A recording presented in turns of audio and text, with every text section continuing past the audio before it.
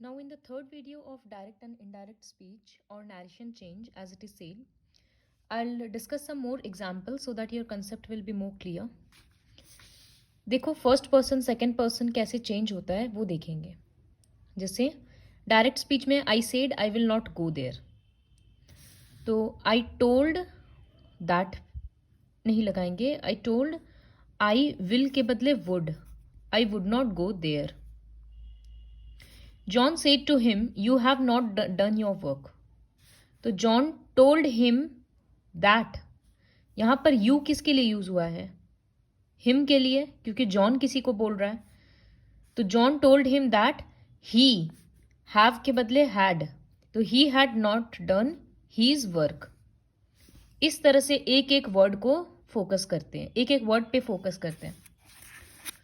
उसी तरह से एक्सरसाइज 2 का, my mother said to me you are up very early today. Sorry, my father said to me. So my father told me that I was up very early that day. Today के बदले हो जाएगा that day, और are है मतलब simple present है तो उसका was हो जाएगा. और यहाँ you किसके लिए यूज हुआ है? मेरे लिए, because my father is saying to me. तो the answer will be my father told me that I was up very early that day. The teacher said to us, do your work regularly. The teacher told us to do our work regularly. Your will become our. He said, I am very busy, do not disturb me. तो यहाँ पर I किसके लिए use हुआ है? He के लिए. तो he told that he was very busy. So, he was very busy and don't disturb him. Yes, so don't disturb him. So भी कर सकते हैं. The teacher said, I shall not teach your class. So, the angry teacher told she wouldn't teach their class. यहाँ पर your के बदले our नहीं होगा, क्योंकि told us नहीं है, तो देयर बन जाएगा. इस तरह से नाउन्स चेंज होता है, प्रोनाउन सॉरी. ये वाला पहले ही बताए थे, now becomes then, this becomes that, these become those. ये सारा ध्यान में रखना है. Next comes interrogative sentences. तो इंटरोगेटिव सेंटेंसेस में जब यस और नो में आंसर आता है तब हम लोगों को वेदर या फिर इफ वर्ड यूज करना पड़ेगा. जैसे have you done your homework, इसका आंसर यस और नो में हो सकता है. तो I use the question is my father said to me have you done your homework. तो सेड नहीं यूज करेंगे.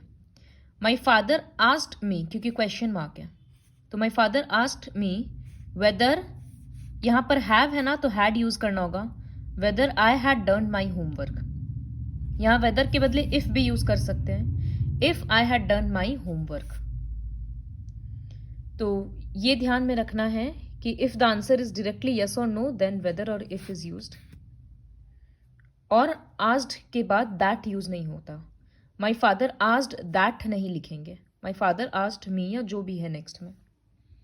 जैसे I said to her where do you stay in Delhi, तो I asked her where she stayed in Delhi.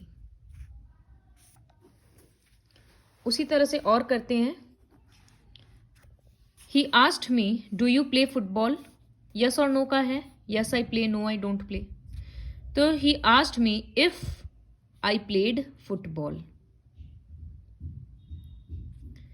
I said to my brother can you meet me at the library today, yes और no है ये भी.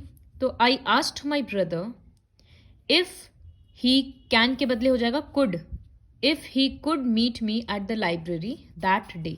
Today के बदले that day. तो इस तरह से ध्यान में रखकर, Robin said rudely to the guest why have you come here. So Robin asked the guest rudely why had they come there. और किसी भी रिपोर्टेड स्पीच में क्वेश्चन मार्क नहीं लगेगा. नेक्स्ट इज कमांड सेंटेंसेस और imperative sentences. He said to me give me your pencil, तो वो pencil के लिए पूछ रहा है. तो he asked me to give him my pencil. Me किसके लिए यूज हुआ है? ही के लिए, तो मी का हिम हो जाएगा, और मी यहां पर योर यहां पर मी के लिए यूज हुआ है तो माई हो जाएगा। Shoot the prisoner said the general, तो जनरल है मतलब वो कमांड कर रहा है, तो यहां वर्ड यूज हुआ है the general commanded them to shoot the prisoner. She said will you please help me lift the box, यहां पर प्लीज वर्ड यूज हुआ है, तो शी रिक्वेस्टेड अस नहीं भी लिख सकते हैं बट यहां पर यू है, तो she requested us to help her to lift the box. This box के बदले दैट बॉक्स। तो इस तरह से ये सारा कंप्लीट करते हैं इंपेरेटिव सेंटेंसेस। एक और एग्जांपल जैसे देते हैं, I said to Meera please lend me your notes, तो I requested Meera to lend me her notes. इस तरह से कंप्लीट करना है इंपेरेटिव सेंटेंसेस वाला। एक्सक्लेमेटरी सेंटेंसेस में कभी विश करते हैं, कभी एक्सक्लेम करते हैं, प्रे करते हैं, तो जैसा सेंटेंस रहेगा वहां पर रिक्वेस्टेड या वो सब के बदले वैसे ही यूज करेंगे। जैसे he said alas I have failed again, तो ये सॉरो वाला बात है, सैड होने वाला बात है, तो he exclaimed sorrowfully that he had failed again. यहां पर ही सेड ही टोल्ड नहीं यूज कर रहे हैं, ही एक्सक्लेम्ड सॉरोफुली क्योंकि एक्सक्लेमेटरी मार्क है। उसी तरह से hurray cried Ashok I have won the prize, खुशी का बात है, तो Ashok exclaimed in happily that he had won the prize, have का हैड। तो यहां पर रिपोर्टेड स्पीच में हम लोग अलास, हुरे ये सब वर्ड यूज नहीं कर रहे हैं, इन सब वर्ड्स के थ्रू बता रहे हैं इंसान खुश है, सरप्राइज्ड है, सैड है, क्या है। She said to her daughter may God grant you a long life, pray कर रही है, तो she prayed that God, may का हो जाता है past might, that God might grant her daughter a long life. तो इस तरह से एक्सक्लेमेटरी सेंटेंसेस चेंज होता है। तो इस वीडियो में interrogative sentences, exclamatory sentences and imperative sentences को चेंज करना सिखाए हैं। Watch the video carefully and then solve the exercises which I'll send.